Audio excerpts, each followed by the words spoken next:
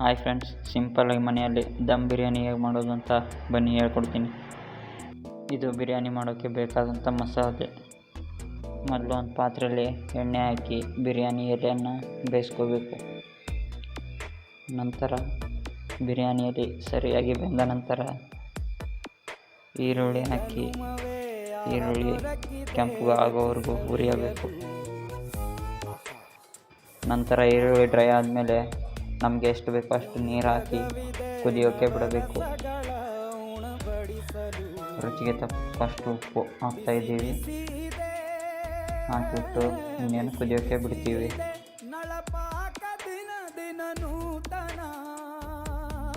ಕುದಿಯೋಕ್ಕೆ ಬಿಟ್ಬಿಟ್ಟು ಚಿಕನ್ ನೀರುಳ್ಳಿ ಚೆನ್ನಾಗಿ ತೊಳೆದುಕೊಂಡು ಇಟ್ಕೊಂಡಿವಿ.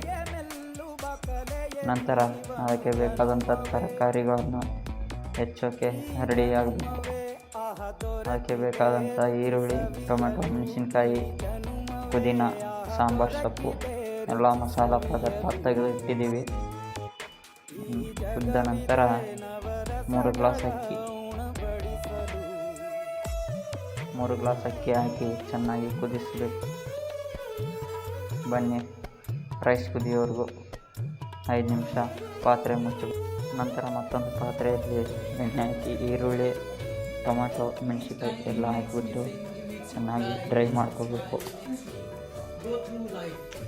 ನಂತರ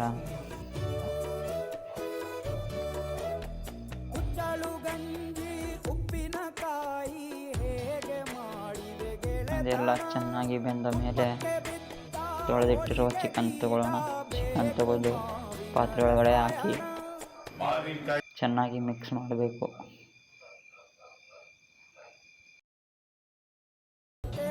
ಚಿಕನ್ ಚೆನ್ನಾಗಿ ಮಿಕ್ಸ್ ಮಾಡ್ಕೋಬೇಕು. ಅದರಲ್ಲಿ ಚಿಕನ್ ಮಿಕ್ಸ್ ಆದ ನಂತರ ಅರಿಶಿಣ ಪುಡಿ,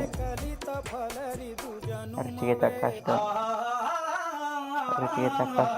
ಸ್ವಲ್ಪ ಉಪ್ಪು, ಆಮೇಲೆ ಶುಂಠಿ ಬೆಳ್ಳುಳ್ಳಿ ಪೇಸ್ಟ್, ಮತ್ತು ರುಚಿಗೆ ತಕ್ಕಷ್ಟು ಬಿರಿಯಾನಿ ಪೌಡರ್, ನಂತರ ರುಚಿಗೆ ತಕ್ಕಷ್ಟು ಧನಿಯಾ ಪೌಡರ್, ಪುದೀನ, ಸಾಂಬಾರು ಸೊಪ್ಪು ಹಾಕಿ ಚಿಕನ್ ಬೇಯೋದಕ್ಕೆ ಬಿಡಬೇಕು. ಸ್ವಲ್ಪ ಡ್ರೈ ಆದ ನಂತರ ನಿಂಬು ಹುಳಿ ರುಚಿಗೆ ತಕ್ಕಷ್ಟು ಹಿಂಡಿಕೊಂಡು ಅದನ್ನು ಚೆನ್ನಾಗಿ ಮಿಕ್ಸ್ ಆದ ನಂತರ ಆವಾಗಲೇ ಬೇಯಿಸಿ ಇಟ್ಟಂಥ ರೈಸ್ ಸ್ವಲ್ಪ ಸಮಯ ಆದಮೇಲೆ ನಾವು ಆವಾಗಲೇ ಮಾಡಿದಂಥ ಅನ್ನವನ್ನು ಅದರ ಮೇಲುಗಡೆ ಹಾಕಿ ಮಿಕ್ಸ್ ಮಾಡದೆ ಹಾಗೆ ಹರಡಿ ರುಚಿಗೆ ತಕ್ಕಷ್ಟು ಮತ್ತಷ್ಟು ಸಾಂಬಾರು ಸೊಪ್ಪನ್ನು ತೆಗೆದುಕೊಂಡು ರೈಸ್ ಮೇಲೆ ಹಾಕೋಣ. ಸಾಂಬಾರು ಸೊಪ್ಪು ಹಾಕಿದ ನಂತರ ಅದನ್ನು ದಮ್ ಆಗಲಿಕ್ಕೆ ಬಿಡೋಣ. ಅಂದರೆ ಚೆನ್ನಾಗಿ ಬೇಯೋಕ್ಕೆ ಸ್ವಲ್ಪ ಅದರ ಮೇಲೆ ಬಟ್ಟೆ ಹಾಕಿ ಏನಾದರೂ ಬೇಕಿತ್ತು ಅಂತ ಇಡೋಣ. 10 ನಿಮಿಷ ಆದ ನಂತರ